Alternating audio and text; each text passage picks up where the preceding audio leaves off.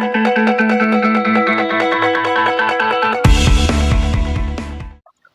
guys, good morning. Another edition of Match Preview here on Live Soccer Hub. And today we'll be taking a look at another Premier League match. Manchester United versus Arsenal, whereby the Red Devils will be hosting the Gunners right there in Manchester at Old Trafford with a capacity of 74,879 persons. Then the topic for the day, the discussion for the day is since Arsenal are chasing the league leaders while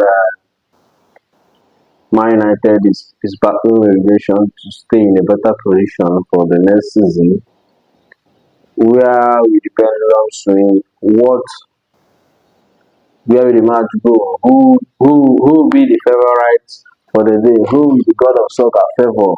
That will be the billion-dollar question this morning between Arsenal and Manchester United. And the match will be played 5:30 Nigerian time. And the match will be officiated by none other than the man, Anthony Taylor. So, we dive right into the statistics and what we have for today, starting with the form of both teams. Manchester United currently are in an up and down situation, having drawn their last match against Real Sociedad 1-1 in the Europa League. While that of Arsenal, they just came back from a trailing win against PSG, having neutralized the Netherlands side, the Dutch side. So, as it stands now in their second leg tie, they are, let me say, they are 100% qualified to the quarterfinals. They just need to play the second leg to give it to fulfill all righteousness. So, taking a look at the form of both teams, for Manchester United, Manchester in their last five, they have two lose, a win and a win and two draws, one win and two losses. The two draws, the last draw came at was their last match, 1-1 in the Europa League against Real Sociedad, where they first scored by Joshua Zexi. Then with Real Sociedad equalizing with a penalty later on in the game. Then the game of Fulham, it was a draw, but it has to go to a penalty shootout where they lost on penalty against Fulham in the FA Cup. So the only win was against Ipswich, where they won with 10 men against Ipswich at Old Trafford. Then for Arsenal, they are heading into the encounter with a heavy load of confidence in all players, with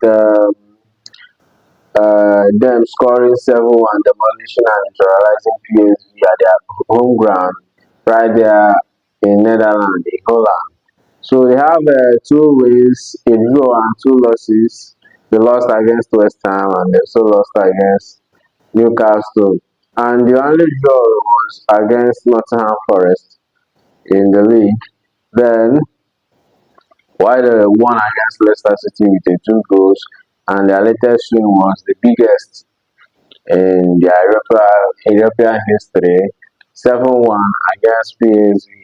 That was the main context of the Champions League highlight midweek because it had a lot of goals, galore goals, and already with that scoreline, they have already qualified for the quarterfinals of for the Champions League. Then taking a head to head, the last five matches between them has been going Arsenal. Arsenal has been dominant in this encounter with the only win for Manchester United so far has been the FA Cup penalty win, where they first played a 1-1 draw right there at the Emirates Stadium. Then the remaining ones has been has been going to Arsenal's favor. They won 2-0, 2-1, 1-0, and 3-1 in this encounter. So it has been 4 wins and 1 win for Manchester United, courtesy of a penalty win shootout in the FA Cup. So goal score so far has been two goals scored so far in this encounter for Manchester United, and then 8 for Arsenal, the visiting fans, the visiting team. Then taking a look at the Premier League form of the both teams we are having today. Starting with Arsenal, Arsenal are second on the log with 54 points, and they are chasing the league leaders Liverpool, who are 70 points. Then for Manchester United, they are 33 points and they are 15th on the log. So they'll be looking to get a win today will give them a better position in the league. Then for the form, their Premier League form for both teams, Arsenal has 3 wins, 1 loss, and a draw. Then for Manchester United, they have 2 wins, 2 losses, and a draw. So the form of Arsenal in the Premier League is much better than that of that of the Red Devils in the table right there. Then going into players missing for the encounter. Um, for Manchester United, they are missing a whole couple of players, including their best man, Ahmad Diallo. Then starting with their goalkeeper, we have Ben Yedder is out. Luke Shaw, um, Martinez, Johnny Evans, Gabi Menu, Ahmad, the big man, and Mason Mount. Malia Lugate is also out. So then with Patrick Doku, the new signing from Lecce, suspended.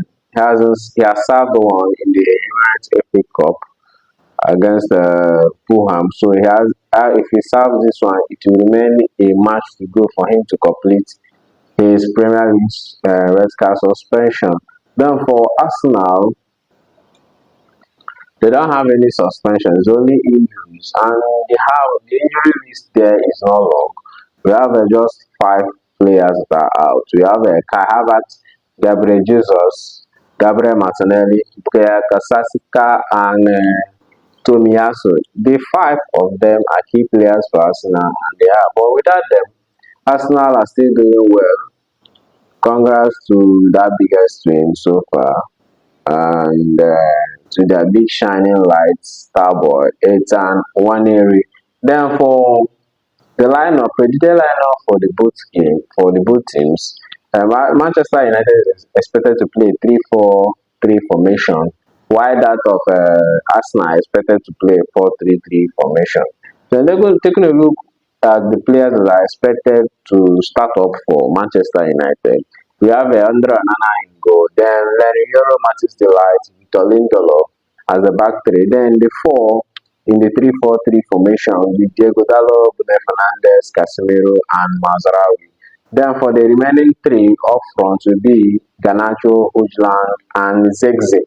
Then for Arsenal team, the people expected to start up the game.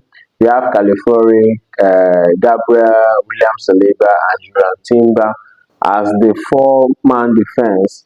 Then starting in their goalkeeping line would be none other than David. Then for the 3 midfielders that will be in the midfield, we have Declan Rice, Thomas Partey, and Martin Odegaard. Then for the last 3 that will be in attack for Arsenal, the Gunners, we have Ntawani, Mikel Merino, and Richarlison Trossard, the Belgium.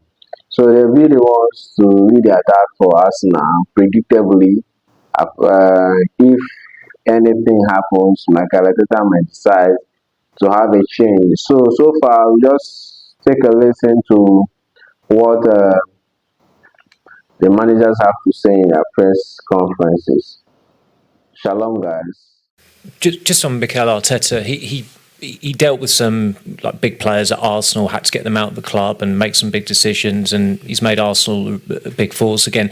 Do you see some similarities with what you've got with at Manchester United in the way you have to go about the job? I don't feel that.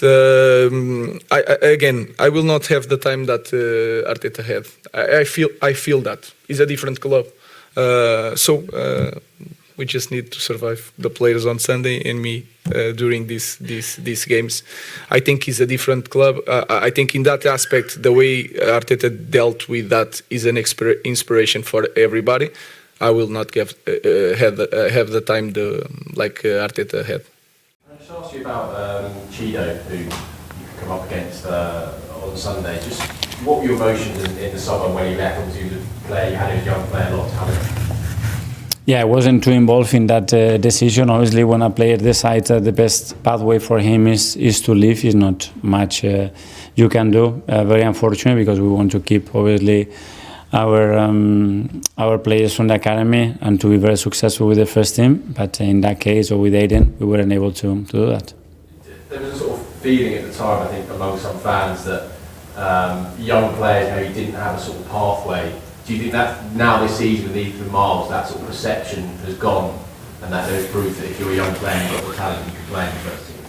I don't know what the perception is out internally, not, and the reality is very different, because those players are always with us. I mean, I guarantee you that if there is a player there that can help and impact the first team, is going to be with us.